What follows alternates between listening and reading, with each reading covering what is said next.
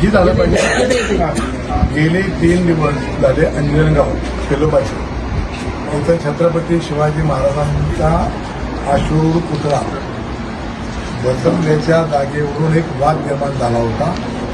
देवस्थान आणि गावकरी असा तो वाद निर्माण झाला होता. त्याच्यामध्ये देवस्थानची भूमिका ही होती की ही जागा देवस्थानची आहे, त्यामुळे देवस्थानच्या जागेत ही पुतळा न बसवता थोडा पलीकड जिथं सरकारची जागा आहे, गायरन आहे, ग्रामपंचायत जागा आहे तिथं बसवावं आणि म्हणून करता 3 दिवस त्या गावामध्ये संघर्ष होता. परंतु आज आमच्या जिल्ह्याचे पालकमंत्री दयाभाऊ गोरे साहेब, या विभागाचे आयजी फुलारे साहेब, नूतन इथले जिल्हाधिकारी नवीन आलेले कार्तिके साहेब आणि आपल्या जिल्ह्याचे एसपी साहेब सन्माननीय कुलकर्णी साहेब यांच्या समेत मराठा समाजाच्या काही गावातल्या ग्रामस्थांची बैठक झाली. सकाळपासून जो वाद होता तो 814 ही जागा मोजावी आणि त्या जागेच्या ती जागा देवस्थानची आहे, ती जागा सोडून इतरत्र महाराजांचा पुतळा बसवावा आणि मराठा समाजाची मागणी होती की तुम्ही सक्षम अधिकाऱ्याकडनं ती जागा मोजा आणि ती जागा मोजल्यानंतर जर शिवाजी महाराजांचा पुतळा त्याच्यामध्ये आला तर दुसऱ्या ठिकाणी आम्ही हलवायला तयार आहोत.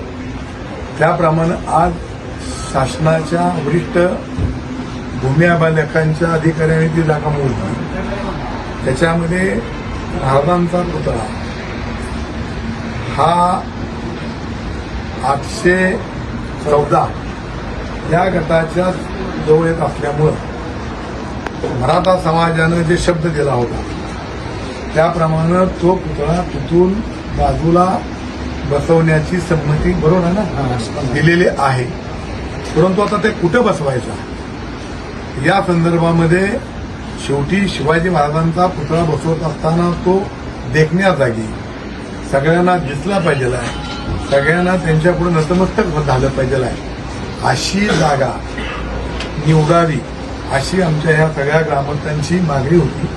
त्याप्रमाणे पालकमंत्र्यांनी अशा सूचना दिल्या की उद्या जिल्हाधिकारी साहेब, जिल्ह्याचे एसपी साहेब आणि मी स्वतः यांच्याबरोबर जाणार आम्ही तिथं आणि गावकऱ्यांच्या संमतीनं मग ती शासनाची जागा असो, वेगवेगळ्या विभागाची जागा असो, जी जागा गावकऱ्यांना आणि एसपींना आणि कलेक्टर साहेबांना मान्य होईल बरोबर ना, त्या ठिकाणी हा पुतळा बसवायचा आहे आणि त्या पुतळा नुसता बसवायचा नाही तर त्याला सुशोभित करण्यासाठी पालकमंत्र्यांनी 1 कोटी रुपये उद्याच्या उद्या मंजूर करण्याचं आश्वासन या सगळ्या मराठा समाजाच्या मंडळाला दिलं आहे.